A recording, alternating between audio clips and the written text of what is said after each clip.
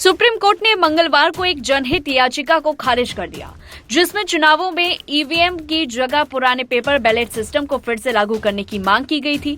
याचिकाकर्ता ईसाई प्रचारक डॉक्टर के पॉल ने याचिका में यह दलील दी थी कि ईवीएम से छेड़छाड़ की जा सकती है, जिससे लोकतंत्र को खतरा है। वहीं इस बीच कांग्रेस अध्यक्ष मल्लिकार्जुन खड़गे ने फिर से बैलेट पेपर का राग अलापा और जबकि सुप्रीम कोर्ट याचिका खारिज कर चुकी है। एक तरफ सुप्रीम कोर्ट ने बैलेट पेपर से चुनाव करने की मांग खारिज कर दी, तो दूसरी तरफ कांग्रेस पार्टी के अध्यक्ष मल्लिकार्जुन खड़गे ने बैलेट पेपर से चुनाव कराने की मांग को लेकर पूरे देश में आंदोलन करने की बात कही। महाराष्ट्र विधानसभा चुनाव में हार के बाद खड़गे ने कहा है कि बैलेट पेपर से ही चुनाव कराने चाहिए। इसके लिए वो सभी विपक्षी दलों के साथ मिलकर चर्चा भी करेंगे। रिपोर्ट्स के मुताबिक सुप्रीम कोर्ट में जस्टिस विक्रम नाथ और जस्टिस पीबी वराले की बेंच ने याचिका को सुनवाई के योग्य ही नहीं पाया। जस्टिस नाथ ने याचिकाकर्ता पॉल से पूछा, आपको यह अद्भुत विचार कहां से मिला? इस पर पॉल ने कहा, मैं अभी लॉस एंजलिस से एक ग्लोबल पीस समिट से लौट रहा हूं। हमारे साथ रिटायर्ड आईएएस, आईपीएस अधिकारी और जज हैं जो मेरा समर्थन कर रहे हैं। कोर्ट ने पॉल की दलील को हल्के अंदाज में लिया और कहा कि नेताओं जैसे चंद्रबाबू नायडू और वाईएस जगनमोहन रेड्डी केवल हारने पर ईवीएम में गड़बड़ी का आरोप लगाते हैं, लेकिन जीतने पर ऐसा कुछ नहीं कहते। जस्टिस नाथ ने कहा, जब नेता हारते हैं तो ईवीएम को दोष देते हैं, लेकिन जब वे जीतते हैं तो कुछ नहीं बोलते। यह अदालत इस तरह के तर्कों को स्वीकार नहीं कर सकती। फिर आगे पॉल ने कहा कि हर कोई जानता है कि चुनावों में पैसे बांटे गए थे, तो बेंच ने टिप्पणी की, हमें किसी चुनाव के लिए कभी पैसा नहीं मिला। याचिकाकर्ता डॉक्टर पॉल ने तर्क दिया कि भारत को अमेरिका जैसे देशों के रास्ते पर चलना चाहिए, जहां फिजिकल बैलेट सिस्टम का उपयोग होता है। उन्होंने कहा कि 197 में से 180 देशों में पेपर बैलेट का उपयोग होता है।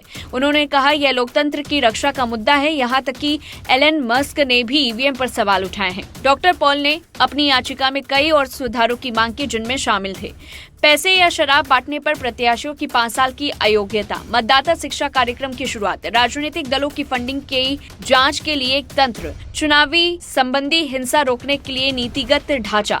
पॉल ने कोर्ट से यह भी अनुरोध किया कि चुनावी सुधारों के लिए एक व्यापक नीति बनाई जाएगी। उन्होंने कहा कि 18 राजनीतिक दलों ने उनका समर्थन किया और चुनाव आयोग ने 9,000 करोड़ रुपए की जब्ती की घोषणा की थी। सुप्रीम कोर्ट ने इन दलीलों को गंभीरता से नहीं लिया और याचिका को खारिज कर दिया। जस्टिस नाथ ने कहा, भारत को अन्य देशों की नकल करने की आवश्यकता नहीं है, हर देश का अपना सिस्टम होता है। इसके साथ ही सुप्रीम कोर्ट ने याचिका को खारिज करते हुए साफ कर दिया कि चुनावी प्रक्रिया में सुधार के लिए संसद और निर्वाचन आयोग ही उचित मंच है। अदालत ने कहा कि याचिकाकर्ता के तर्क कानूनी रूप से ठोस नहीं थे और केवल अनुमान और अटकलों पर आधारित थे। यह फैसला इस बात से दोहराता है कि भारत का चुनावी ढांचा ईवीएम पर भरोसा करता है और इसके लिए सबूतों के अभाव में कोई बड़ा बदलाव संभव नहीं है। इस पूरी रिपोर्ट को लेकर के आपकी क्या कुछ राय है, कमेंट बॉक्स में बताएं। तब तक के लिए देखते रहिए लाइव टीवी न्यूज। महाराष्ट्र में विधानसभा चुनाव के नतीजों के सामने आने के बाद जिस शख्स को सबसे ज्यादा झटका लगा, उसका नाम केवल उद्धव ठाकरे है। उद्धव ठाकरे ने 2019 में बीजेपी के साथ गठबंधन में चुनाव लड़ा था, जिसमें गठबंधन की जीत हुई, मगर मुख्यमंत्री के नाम पर उद्धव अड़ गए। अपनी मुंह मांगी मुराद पूरी करने के लिए उद्धव ठाकरे ने गठबंधन तोड़ने से भी गुरेज नहीं किया। जब उनसे कहा गया कि वो इस मुद्दे पर पीएम नरेंद्र मोदी और गृह मंत्री अमित शाह से बात कर सकते थे, तब उद्धव ठाकरे ने अकड़ कर कहा था कि अगर मोदी और अमित शाह को बात करनी है तो उनके पास आकर बात करें। बहरहाल इस बार महाराष्ट्र विधानसभा के चुनावी नतीजों ने उनकी सारी अकड़ निकाल दी। चुनाव के नतीजों के सामने आने के बाद उद्धव ठाकरे के जाने पहचाने तेवर जो थे वो भी ढीले पड़ चुके हैं। उन्होंने जहां एक और महायुति के पक्ष में जनता की लहर को कबूल किया, तो वहीं अपनी हार को भी मानने से संकोच नहीं किया। उद्धव ठाकरे ने कहा कि महायुति गठबंधन के पक्ष में एक लहर नहीं, सुनामी देखी गई है, मगर उन्होंने महाराष्ट्र की जनता से सवाल किया कि उनके साथ इस तरह का बर्ताव आखिर क्यों किया।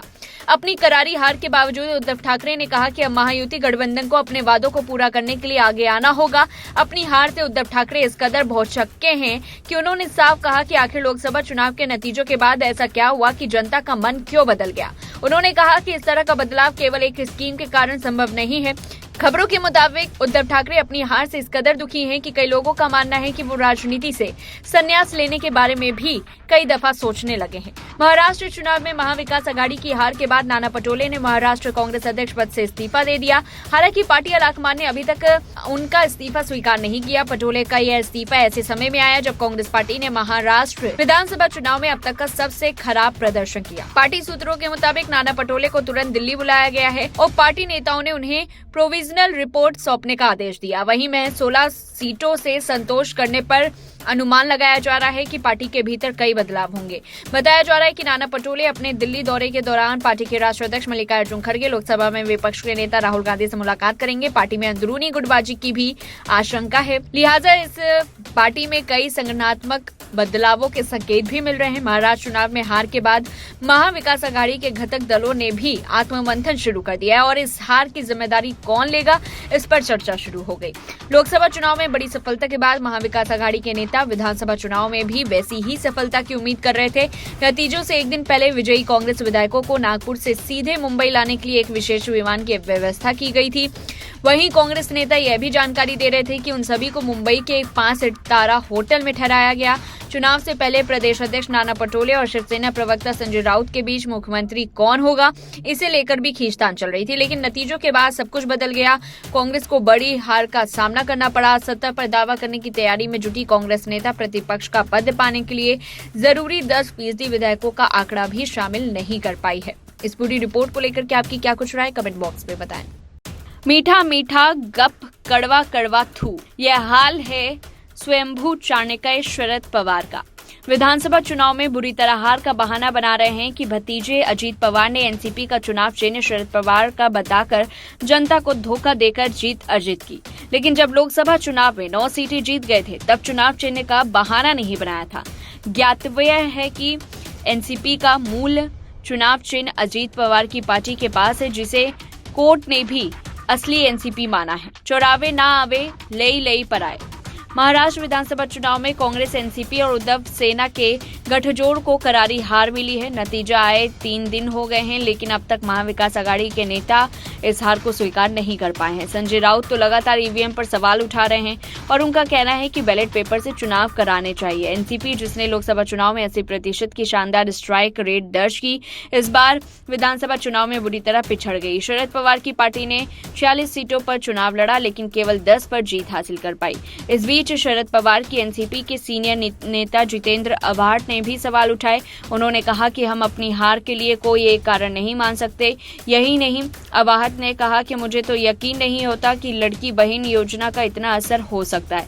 उन्होंने कहा कोई एक कारण सामने नहीं आ रहा है। चुनाव के बाद कुछ बदला नहीं था। बेरोजगारी और महंगाई में इजाफा हुआ है। लड़की बहन योजना का कोई इतना असर नहीं होता है। जैसे चंद्रपुर की सीट पर आप देखेंगे तो वह हमने 2,40,000 के अंतर से जीती थी। अब आप देखिए, वो 2,40,000 तो गए ही, उसके ऊपर 1 लाख वोट और कैसे चले गए। ऐसा नहीं हो सकता। यहाँ तक कि जीते हुए विधायकों ने भी कहा कि साहब हम जीत कर आए हैं, लेकिन कहीं ना कहीं ईवीएम का बड़ा मसला है। इसके खिलाफ पूरे राज्य में आंदोलन खड़ा हो सकता है। अभी कई गांव खड़े हुए हैं जहां लोगों का कहना है कि हमने वोट ही नहीं दिया तो आए कहां से। अवाहट ने कहा एक परिवार में 32 वोट है, उन सभी लोगों ने अपने घर के कैंडिडेट को वोट दिया है, फिर भी उसे 0 वोट दिखाया है। ऐसा कैसे हो सकता है। इससे पहले संजय राउत ने भी मांग उठाई थी कि दोबारा चुनाव होने चाहिए और वोटिंग बैलेट पेपर से कराई जाए। राउत ने कहा ईवीएम को लेकर हमें करीब 450 शिकायतें मिली। बार-बार आपत्ति जताए जाने के बावजूद इन मामलों पर कोई कार्रवाई नहीं की गई। हम कैसे कह सकते हैं कि ये चुनाव निष्पक्ष तरीके से हुआ है। इसलिए मेरी मांग है कि नतीजों को रद्द किया जाए और दोबारा चुनाव मत पत्रों के जरिए कराए जाए। उन्होंने कहा कि नासिक में एक उम्मीदवार को कथित तौर पर केवल 4 वोट मिले, जबकि उसके परिवार को 65 वोट थे। उन्होंने कहा कि डोंबिवली में ईवीएम की गिनती में विसंगतियां पाई गईं और चुनाव अधिकारियों ने आपत्तियों को स्वीकार करने से इनकार कर दिया। शिवसेना यूबीटी के नेता कुछ उम्मीदवारों की भारी जीत की विश्वसनीयता पर भी सवाल उठाते हुए कहा उन्होंने ऐसा कौन सा क्रांतिकारी काम किया जो उन्हें 1.5 लाख से अधिक वोट मिले। यहाँ तक कि हाल में पार्टी बदलने वाले नेता भी विधायक बन गए। इससे संदेह पैदा होता है कि पहली बार शरद पवार ने ईवीएम पर संदेह व्यक्त किया है, जिसे नजरअंदाज नहीं किया जा सकता। एनसीपी की चुनाव में लगी यह चोट बताती है कि महाराष्ट्र की बदलती राजनीति में पार्टी को बड़ी चुनौतियों का सामना करना पड़ रहा है। नतीजे पार्टी की रणनीति पर सवाल तो उठाते हैं और ये भी कि क्या एनसीपी अपना पुराना गढ़ वापस हासिल कर पाएगी। साथ ही शरद पवार की पार्टी के कमजोर होने से शुगर फैक्ट्रियां और सहकारी संस्थानों पर उनकी पकड़ ढीली होने की संभावनाएं बढ़ गई हैं। पूरी रिपोर्ट को लेकर के आपकी क्या कुछ राय है, कमेंट बॉक्स में बताएं। महाराष्ट्र विधानसभा के चुनाव नतीजे काफी चकित करने वाले रहे। प्रदेश में बीजेपी के नेतृत्व वाले महायुति गठबंधन को प्रचंड जीत ने विपक्षी गठबंधन महाविकास अघाड़ी में शामिल पार्टियों को चारों खाने चित कर दिया। हालांकि चुनाव में राज ठाकरे की पार्टी मनसे का प्रदर्शन काफी निराशाजनक रहा। बड़ी खबर ये सामने आ रही है कि विधानसभा चुनाव परिणाम के बाद राज ठाकरे की पार्टी की मान्यता भी रद्द हो सकती है। खबरों के मुताबिक चुनाव आयोग राज ठाकरे की पार्टी महाराष्ट्र नवनिर्माण सेना की मान्यता रद्द कर सकता है। जानकारों के मुताबिक विधानसभा चुनावों में कम से कम एक विधानसभा सीट या मतदान का 8% वोट शेयर न मिलने पर मान्यता जा सकती है। राज ठाकरे ने अपने घर आज सुबह 10:30 बजे पार्टी के नेताओं की आत्मचिंतन बैठक बुलाई है। बैठक में चुनावों में खराब प्रदर्शन और आगे की रणनीति की हो सकती है चर्चा। बता दें कि इन सबके बीच बीजेपी के लंबे वक्त तक साथी रहे उद्धव ठाकरे के लिए एक नया संकट आ खड़ा हुआ है। शिवसेना यूबीटी ने इस चुनाव में 95 सीटों पर चुनाव लड़ा, लेकिन सिर्फ 20 सीटें ही जीत सकी। ये नतीजे उनके लिए एक तगड़ा झटका देने वाले रहे। दरअसल मुख्यमंत्री बनने की महत्वाकांक्षा पूरी करने के लिए बीजेपी के नेतृत्व वाले एनडीए से नाता तोड़ने के बाद उद्धव ठाकरे ना लंबे समय तक सीएम पद पर बने रह सके और न ही अपनी पार्टी को पूरी तरह से बचा पाए। विधानसभा चुनाव में एकनाथ शिंदे द्वारा की गई बगावत ने शिवसेना को तोड़ डाला, जिससे पार्टी का जो मूल ढांचा था वो भी कमजोर हो गया। शरद पवार की तरह ही उद्धव ठाकरे को भी अपनी मूल पार्टी से हाथ धोना पड़ा। हालांकि लोकसभा चुनाव में महाराष्ट्र में इंडिया गठबंधन की सफलता के बाद उद्धव ठाकरे आत्मविश्वास से भरे थे, लेकिन विधानसभा चुनाव में यह आत्मविश्वास निराशा में बदल गई। महाविकास अघाड़ी और अपनी पार्टी के इस निराशाजनक प्रदर्शन को लेकर उद्धव ठाकरे ने कहा, मैं नहीं समझ पा रहा हूं कि जिन मतदाताओं ने केवल 5 महीने पहले लोकसभा चुनावों का सत्तारूढ़ बीजेपी के नेतृत्व वाले गठबंधन को हराया था, उनका मन अचानक कैसे बदल गया। ऐसे में अब उद्धव ठाकरे के लिए किंग मेकर की भूमिका भी संभव नहीं दिख रही है। उन्हें अपने गुट को फिर से मजबूत करने के लिए बहुत मेहनत करनी पड़ेगी, क्योंकि शिवसेना का जो अस्तित्व बाला साहेब ठाकरे के संघर्ष के बाद खड़ा हुआ था वह अब संकट में है। उद्धव ठाकरे को पार्टी को नए सिरे से खड़ा करने की दिशा में काम करना होगा, जो उनके लिए एक बड़ी चुनौती साबित होगी। महाराष्ट्र विधानसभा चुनाव में राज ठाकरे की महाराष्ट्र नवनिर्माण सेना ने 120 से ज्यादा सीटों पर अपनी उम्मीदवारी उतारे थे और इनमें से एक उम्मीदवार भी चुनाव नहीं जीत सके। राज ठाकरे के बेटे अमित ठाकरे भी माहिम सीट से चुनाव हार गए। चुनाव आयोग के मुताबिक मनसे को चुनाव में महज 1.55% वोट मिले।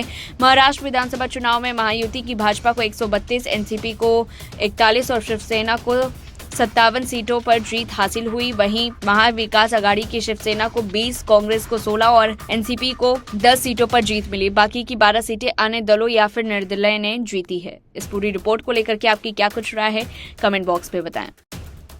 राजनीतिक दृष्टि से उत्तर प्रदेश के बाद दूसरे बड़े राज्य महाराष्ट्र में एनडीए की प्रचंड जीत और इंडिया ब्लॉक की करारी पराजय आने वाले समय में देश के राजनीतिक परिदृश्य पर खासा असर डाल सकती है। अगले साल फरवरी में दिल्ली और वर्षत अंत तक बिहार विधानसभा के महत्वपूर्ण चुनाव होंगे। झारखंड में हालांकि भाजपा की पराजय हुई है, लेकिन हरियाणा में जीत की टिकड़ी और अब महाराष्ट्र में महाविजय से भाजपा का लोकसभा चुनाव से पहले वाला आत्मविश्वास लौटेगा। लोकसभा चुनाव में पूर्ण बहुमत नहीं मिलने से कहीं न कहीं प्रधानमंत्री नरेंद्र मोदी की अजय छवि को थोड़ी ठेस जरूर लगी थी, लेकिन लगातार 2 बड़ी विजय से उनका पुराना जलवा कायम होगा। उधर इंडिया गठबंधन के लिए एकजुटता और कांग्रेस के लिए आगे की राजनीति में पुनः पकड़ बनाना बड़ी चुनौती होगी। हरियाणा के बाद महाराष्ट्र में प्रचंड बहुमत से जीत दर्ज करने से केंद्र में मोदी सरकार को पुरानी मजबूती मिलेगी। लोकसभा चुनाव में बहुमत से चूकी भाजपा के जख्मों को ये नतीजे मरहम लगाने वाले हैं।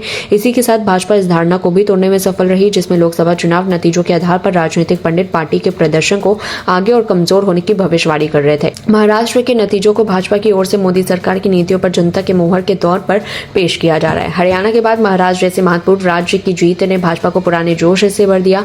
प्रधानमंत्री मोदी जिस तरह से तीसरे कार्यकाल में कड़े और बड़े फैसलों की बात कह चुके हैं, उससे ये नतीजे उन्हें आगे बढ़ने के लिए प्रेरित करेंगे। नतीजों ने जनता में मोदी की लोकप्रियता बरकरार रहने के भी संदेश दिए। राज्यों में लगातार भाजपा की जीत से केंद्र में दोनों मुख्य सहयोगी नीतीश कुमार और चंद्रबाबू नायडू लगातार मजबूती से साथ देने को मजबूर होंगे। कई बार चुनावी प्रदर्शन कमजोर होने पर सहयोगी दल दबाव की राजनीति पर उतर जाते हैं, लेकिन हरियाणा के बाद महाराष्ट्र में जीतकर भाजपा ने अपनी मजबूती का संदेश दिया और ऐसे में सहयोगी काबू में रहेंगे।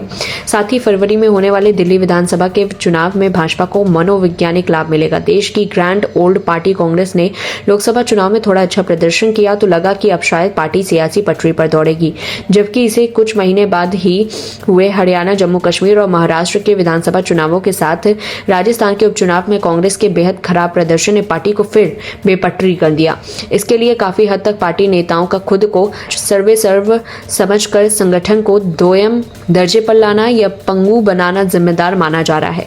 ऐसे में कांग्रेस के लिए आगे की राह आसान नहीं है। हरियाणा में विफलता के बाद महाराष्ट्र में कांग्रेस का अब तक का सबसे कमजोर प्रदर्शन इंडिया ब्लॉक में भी उसकी स्वीकार्यता और नेतृत्व की स्थिति को कमजोर करेगा। इंडिया ब्लॉक के लिए आने वाले दिनों में महाराष्ट्र के शिवसेना और एनसीपी के सांसदों को एनडीए में जाने से रोकना भी आसान नहीं होगा। कुछ महीनों में दिल्ली विधानसभा चुनाव होने, जहां पिछले 2 चुनावों से कांग्रेस का खाता तक नहीं खुला। पार्टी वहां अकेले चुनाव लड़ने का ऐलान कर चुकी है, लेकिन उसका प्रदर्शन सुधरने के लिए ग्राउंड पर जीवन संगठन और सक्रियता से पार्टी दूर है। इसी तरह बिहार में इसी साल होने वाले चुनाव में कांग्रेस आरजेडी के जूनियर पार्टनर के रूप में उसका बार्गेनिंग पावर कमजोर होगा। इस पूरी रिपोर्ट को लेकर के आपकी क्या कुछ राय है, कमेंट बॉक्स में बताएं। तब तक के लिए देखते रहिए लाइव टीवी न्यूज़।